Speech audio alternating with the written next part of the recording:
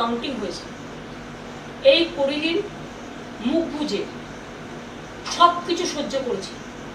শুধু আমি নয়, বাংলার মানুষ, তৃণমূল কংগ্রেস কর্মীরা যারা রাষ্ট্রীয় সন্ত্রাসের বলি হয়েছেন, 12 জন মানুষ মারা গেছেন, খুন হয়েছেন, আত্মহত্যা করতে বাধ্য হয়েছেন, সবাইকে জোর করে পদত্যাগপত্র লিখিয়ে নেওয়া হচ্ছে, ইলেকটেড বডিগুলোকে কাজ করতে দেওয়া হচ্ছে না। কলকাতা কর্পোরেশনের মতো বড় কর্পোরেশন, যাদের জল, রাস্তা সহ বিভিন্ন ডেভেলপমেন্টের কাজ, প্রত্যেকটা মিউনিসিপ্যালিটিতে ইলেকটেড বডিকে অস্বীকার করে টোটাল প্রশাসনিক রাষ্ট্রীয় সন্ত্রাস চলছে। আমিও একদিন প্রশাসন চালিয়ে এসেছি, আমি জানি প্রশাসনের কি কাজ, দলের কি কাজ, আর উন্নয়নমূলক বোর্ডগুলোর কি কাজ। আমাদের সময়েও প্রায় 30% পঞ্চায়েত অপোজিশনের ছিল, এবারেও জিতেছে তারা। কই তাদের পঞ্চায়েত অফিসে তো আমরা কখনো তালা দিইনি, তাদের জেলা পরিষদ অফিসে তো তালা দিইনি, তাদের পার্টি অফিসে তো তালা দিইনি। সেন্ট্রাল গভর্নমেন্ট শুধু ক্ষমতায় ছিল বলে তারা যে পুলিশ প্রোটেকশন পেয়েছে, আমাদের সহকর্মীরা কখনো পায়নি।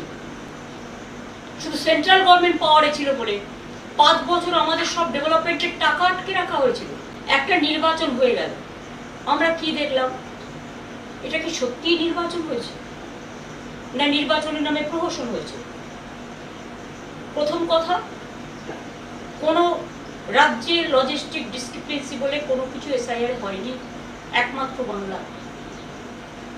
সেখানে জেনে শুনে 60 লক্ষ লোকের নাম বাদ দেওয়া হয়েছিল, প্লাস আরো 58 লাখ। তার মধ্যে লড়াই করে আমরা 32 লক্ষ লোকের নাম তুললেও 27 লক্ষ, এবং পরে বিজেপি জমা দিয়েছিল আরো 7 লক্ষ, 34 লক্ষ সংখ্যাটা হয়, প্লাস 58 লক্ষ। তার মানে 58 আর 34 যদি আপনারা দেখেন, প্রায় 1 কোটির কাছাকাছি চলে যাচ্ছে। তো এবার আপনারা আমাকে বলুন, এত কাউন্টিং রিগিং করা, ইভিএম মেশিন রিগিং করা, আমাদের কাছে স্পেসিফিক খবর আছে সেন্ট্রাল ইলেকশন কমিশনের অফিস থেকে ডেটা হ্যাকিং করা, বিভিন্ন সূত্র মারফত, বিভিন্ন মানুষ মারফত, বিভিন্ন অর্গানাইজেশন মারফত খবরগুলো কানে আসছে একটা একটা করে। বিজেপির লোকেরা সিআরপিএফ এর ড্রেস পরে ঢুকে গেছে কাউন্টিং সেন্টারে, পরিকল্পিতভাবে মিডিয়াকে দিয়ে। 1 রাউন্ডও গোনা হয়নি, তখন থেকেই 200 সিটে বিজেপি জিতছে বলে রটিয়ে দেওয়া। সব সংবাদ মাধ্যম খারাপ, একথা নিশ্চয়ই বলবো না, কিন্তু এখানে ব্যতিক্রমীও কেউ নেই, মানুষ শুধু ব্যতিক্রমী। আজকে যদি আপনারা জিতেই থাকে,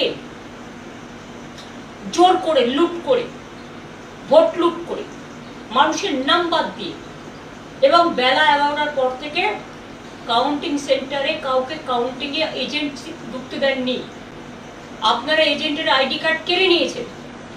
আমার কেন্দ্রে আমি যখন খবর পেয়ে গেছি, আপনারা আমাকে যে রাউন্ডগুলোতে আমি এগিয়েছিলাম 13,000 ভোটে, আপনারা, আমি দেখেছি যিনি এখন গদিতে বসেছেন, তার নাম করতে আমার ভালো লাগে না, তাকে আমরা অনেকদিন ধরে চিনি,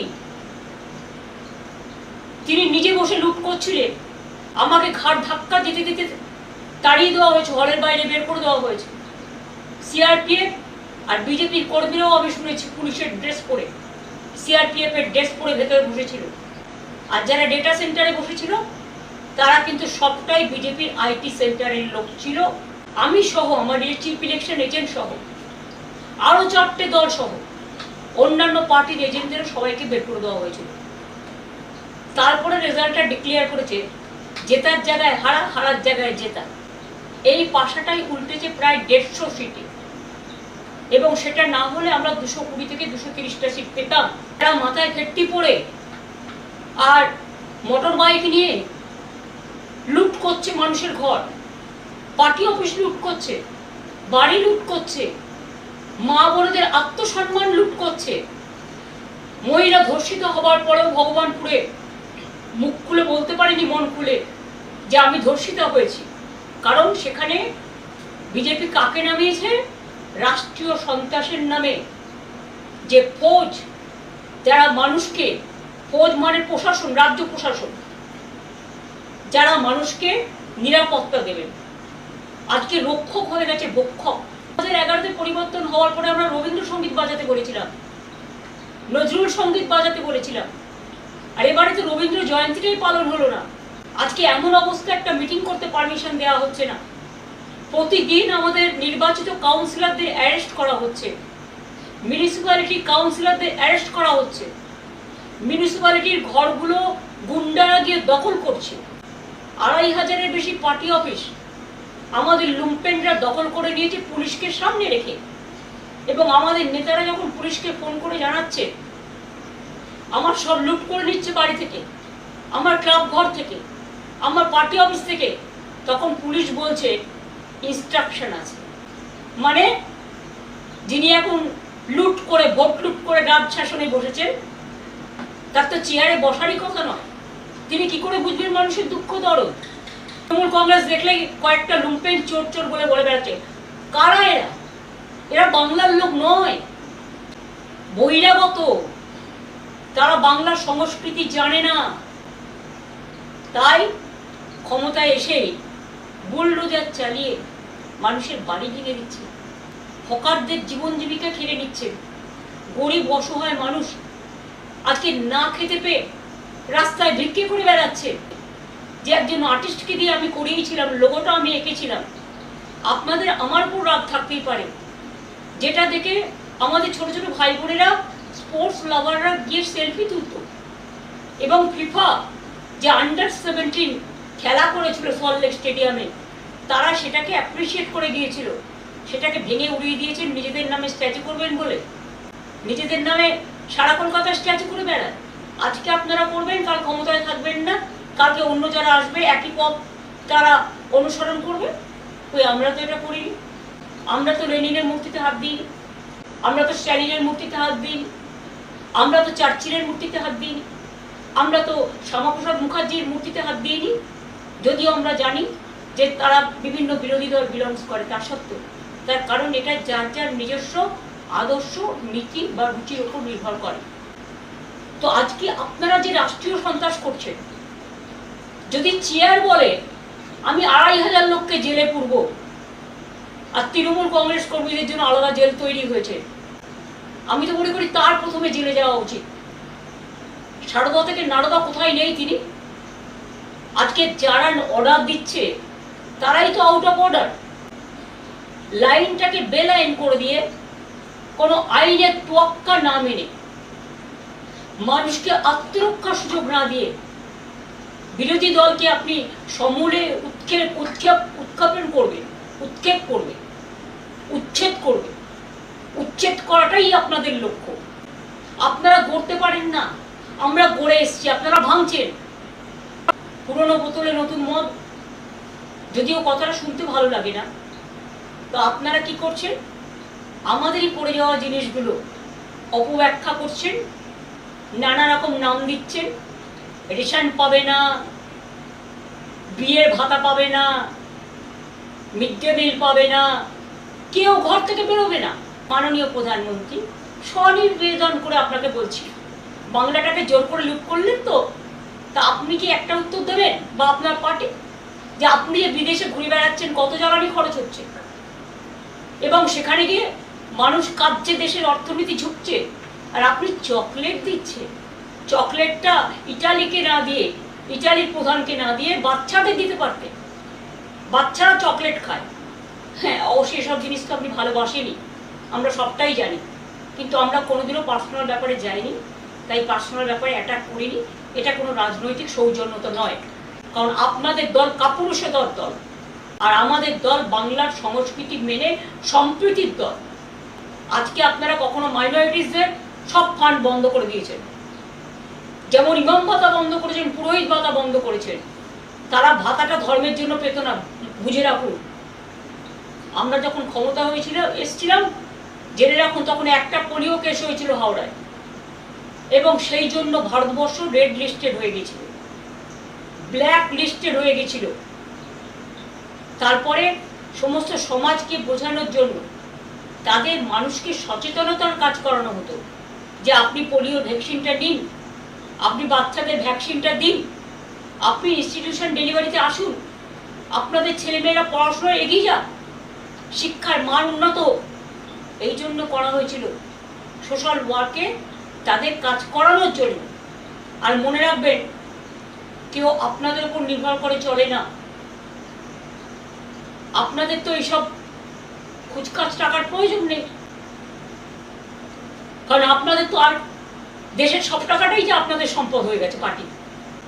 Where is their identity? Where they are hiding? Why they are hiding? When Bengal, the atrocious is going on just like sky high. All the torture has become now atrocious, terrible. You have captured the vote. You have looted the vote. आपने vote लूट किया है। इसका बाद आपका शर्म नहीं लगता है कि आप हमारा 2-2.5 हजार पार्टी वर्कर को आपने अरेस्ट किया? आपने हमारा 2-2.5 हजार पार्टी ऑफिस को लूट किया? आपने हॉकर लोगों को जीवन जिंदगी खत्म कर दिया? आपने कितना लोगों को घर तोड़ दिया? आपने बुलडोजर लेकर वर्कर को अलाउ किया रास्ते में काम करने के लिए? और एक जगह सेंट्रल फोर्स, अभी बीजेपी पावर में है इसी के लिए, और साथ में स्टेट पुलिस फोर्स जो आपने चुन के ले आया बीजेपी से। साथ में बीजेपी का जो लोग है वो भी पुलिस का ड्रेस करके निकालता है। मेरे को पहले पता नहीं था, चुनाव का टाइम में भी ऐसा ही किया। आपने काउंटिंग एजेंट को घुसने नहीं दिया, हम लोग को घुसने नहीं दिया। जब पहले फर्स्ट राउंड भी काउंटिंग नहीं खत्म हुआ तो आपने मीडिया, गोदी मीडिया को प्लान करके बताया कि 200 सीट के ऊपर बीजेपी जीत रहा है, और 39 ट्रेन में अब बाहर का आदमी को भेज दिया कि काउंटिंग लूट करने के लिए। और काउंटिंग में हमारा even in my personal constituency कैसे जीता आपने, वो तो हम कोर्ट केस में करेंगे। आपका अगर गट्स है तो फोरेंसिक रिपोर्ट करिए। ईवीएम मशीन हम लोग चाहते हैं पूरा हमको मिलना चाहिए। ईवीएम मशीन का रिपोर्ट, पूरा वोट 92%, 93% होने के बाद बैटर रिचार्ज कैसे 92% होता है? Mister Dhiren Kumar, may I ask you the question? Only you are the expert. अब बहुत बड़ा टाइगर हो गया बीजेपी को जिताने के लिए। लेकिन एक दिन सोचिए, कोई तो ऊपर वाला होता है ना, सब देख रहा है। आज बंगाल को लूट किया, आज आपको इसके लिए दिल्ली चला जाएगा कि हम लोग वीक नहीं है। आज हम लोगों को पूरा अत्याचार चल रहा है, हमारा वर्कर को हर रोज अरेस्ट कर रहा है, हमारा इलेक्टेड बॉडी को फंक्शन नहीं करने दे रहा है। अगर आप सच से जीतता, हिम्मत से जीतता, तो आप इतना अत्याचार नहीं करते, आप इतना जुलूम नहीं करते, आप जनता के लिए काम करते। लेकिन आप काम नहीं कर रहा है, आप जनता का साथ दुश्मनी कर रहा है। और इसी के लिए हम लोग इंडियन अलायंस एक साथ में हम फर्स्ट वीक ऑफ जून में बैठने का कोशिश करेंगे, सबको साथ बातचीत करके। और जो अदर जो लाइक माइंडेड पार्टी है, और हम लोग प्रोग्राम भी करेंगे। अगर जरूरत पड़े तो आपको मुखोश छीनने के लिए wherever we have to go, we are ready to go. Please see that we are not going to bow down our head. You can arrest my 2,500 people. You can loot at my party office. आपने हमारा घर का सामने भी जुलूम किया, सब security सबका विड्रॉ कर लिया। लेकिन आपका जो लीडर लोग है, आप 10 साल से एक एक आदमी को 20-20 करके सिक्योरिटी देके रखा है। आप पहलगांव में सिक्योरिटी नहीं दे सकता है, आप दिल्ली में जब इंसिडेंट होता है सिक्योरिटी नहीं दे सकता है। लेकिन आपका सब सेंट्रल फोर्स आप बीजेपी को गार्ड करने के लिए रख दिया है। देश का इकोनॉमी आज कहाँ गया है? आज सबको एडवाइस दे रहा है। पहले एडवाइस तो खुद लीजिए। चोर की माए जोर से बोले, mother of thieves shouts most. Everywhere you are accusing us, abusing us without the evidence. कितना जेल बनाओगे आप? बनाओ। हम देखने चाहता है देश भर कितना जेल है। आप जितना अत्याचार बंगाल में करेंगे इतना आपको नुकसान दिल्ली में होगा। कि अभी आप बंगाल से फ्री हो गया, आपने मेरे को वोट लूट लिया जबरदस्ती। You are always anti women, you are always anti young generation, you are always anti farmers, you are always anti minorities. Minorities means not only Muslims, Christians, Sikh, Buddhist, Hindi, Parsi, all. Do you think it is proper? Please remember, जितना आदमी को आप police देके संतरास करो, इतना नेता आपको रहना, आप ऐसे नेता बनाया जो नेता का काम ही है अत्याचार करना, भ्रष्टाचार करना। तो इसी के लिए हम लोग तैयार है। आपको जिम्मेदारी है देश संभालना, शांति रक्षा करना। अगर ये आप नहीं कर सकते हैं तो जनता तो रास्ता में उतरेगा ही। आप परमिशन नहीं देंगे, रास्ते में बैठने के लिए कोई परमिशन चाहिए। अब मीटिंग करने के लिए परमिशन नहीं देता है, रविंद्र जयंती पालन करने के लिए परमिशन नहीं देता है। सेंट्रल हॉल में जो दिन रविंद्र जयंती था आपका कोई नहीं गया पार्टी से, खाली हमारा पार्टी से सागरिका घोष गया था। सब मेरे को पता है। तो इसी के लिए please remember, we will bounce back and you can get the defeating reply. Please be ready for that. आप तैयार रहिए। আর বাংলার মানুষকে আমি হাত জোর করে বলবো, প্লিজ ভয় পাবেন না। কিছু মানুষ আসে তাদের রং বদলায় বহুরূপীর মতো, যারা বেনো জলে ভেসে আসে তাদের বেনো জলে ভেসে যেতে দিন। এতে তৃণমূল কংগ্রেসের কিচ্ছু যায় আসে না। এরা গেলে বরং তো দলের ভালো হবে। এদের টার্গেট করে বিজেপি ঢুকিয়েছিল, টার্গেট করে আবার তারা আসল জায়গায় ফিরে গেছে। এবার বিজেপি বুঝে নিন, লুম্পেনদের দিয়ে রাজ্য চালাবেন, রাষ্ট্র চালাবেন, না মানুষ যারা মানুষকে বোঝে মানবিকতা দিয়ে রাষ্ট্র চালাবেন। এটা মানুষের কাছে আমি বললাম এই কারণে যে আজকে মিশনারিজদেরও মনে রাখবেন, তাদের ফান্ডও বন্ধ করে দেওয়া হয়েছে। মুসলিমদের ভাতাও যেমন বন্ধ করে দেওয়া হয়েছে, পুরোহিতদের ভাতাও কিন্তু বন্ধ করে দেওয়া হয়েছে। All are in travel except BJP. তারা শুধু ভাবে ক্ষমতা দখল করাটাই তাদের কাজ। ভারতবর্ষ তো সবটাই দখল করছো, তাও কেন দেশটাকে বলছো যে সোনা কিনবেন না, বিয়েতে সোনা পরবেন না, গাড়ি চড়বেন না। তো আপনাদের নেতারা কত গাড়ি চড়ছে তার একটা হিসেব দেবেন। আমার এইটুকু বক্তব্য আজকে আপনাদের কাছে আমি জানালাম। বাদ বাকি আমি টাইম টু টাইম এই বুলডোজার রাজনীতি, হকারদের উচ্ছেদ করার রাজনীতি, পুনর্বাসন না দিয়ে, আমরা কালীঘাট স্কাইওয়াক যখন করেছিলাম হকারদের জন্য আমি আলাদা হকার মার্কেট করে দিয়েছিলাম এবং পরে এসি মার্কেট করে দিয়েছি হকারদের। দক্ষিণেশ্বরে যখন আমি স্কাইওয়াক করেছিলাম দক্ষিণেশ্বর মন্দিরে, তখন কিন্তু হকারদের আমরা পুনর্বাসন দিয়ে করেছিলাম। কল্যাণী এক্সপ্রেস সেতু যখন করি 43টা বাড়ি ছিল রাস্তার উপরে, ঠিক 43টা বাড়ি যেমন বাড়ি ছিল সেই রকম বাড়ি আমরা তৈরি করে দিয়েছিলাম।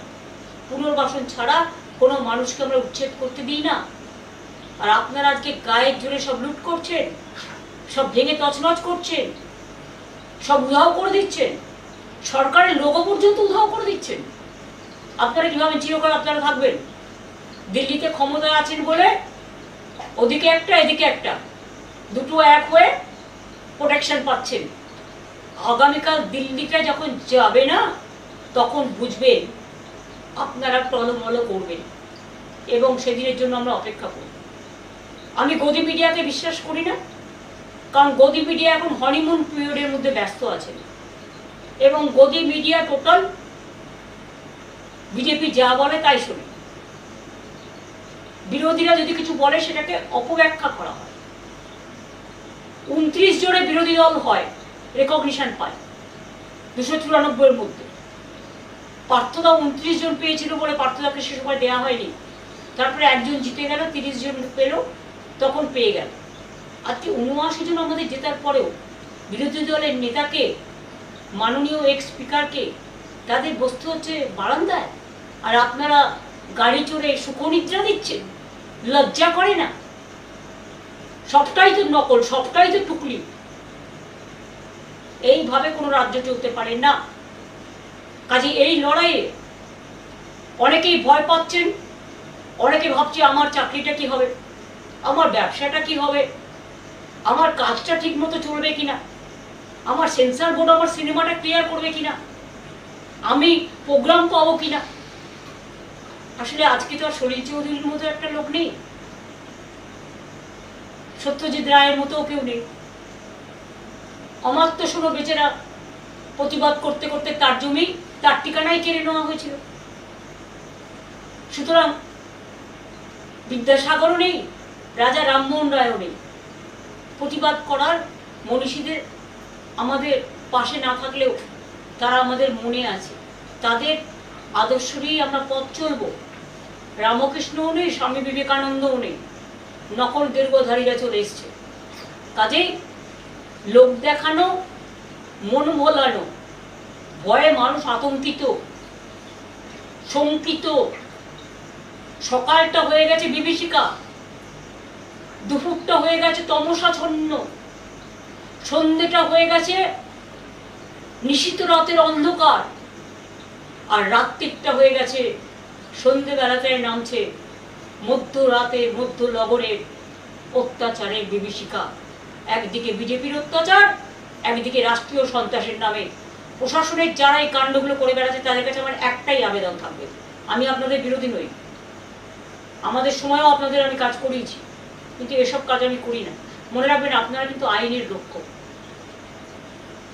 কয়েকটা দিন কোর্টে সামার ভ্যাকেশন চলছে, কোর্ট আবার খুলবে, সামার ভ্যাকেশনেও ভ্যাকেশন বেঞ্চ থাকবে। ভাবছেন সবটাই ম্যানেজ করে চলবে? তো অপেক্ষা করুন। আপনিও যদি আইন ভঙ্গ করেন তাহলে জেনে রাখবেন আপনিও কিন্তু আইনের আওতায় পড়েন। আইন সবার জন্য এক। আর রাজনীতিতে সত্যি যদি আপনারা জিততেন, অত্যাচার করতেন না। আজকে আপনারা লুট করেছেন বলে ভয় পাচ্ছেন, লুটটা যে কোনো মুহূর্তে ফাঁস হয়ে যাবে। ফাঁস অলরেডি মানুষ জেনে গেছে, যার যা জানা, এবং সেই জন্য ভয়ে আতঙ্কিত হয়ে আপনারা চোখের সামনে অন্ধকার দেখছেন, তাই এগুলো করছেন।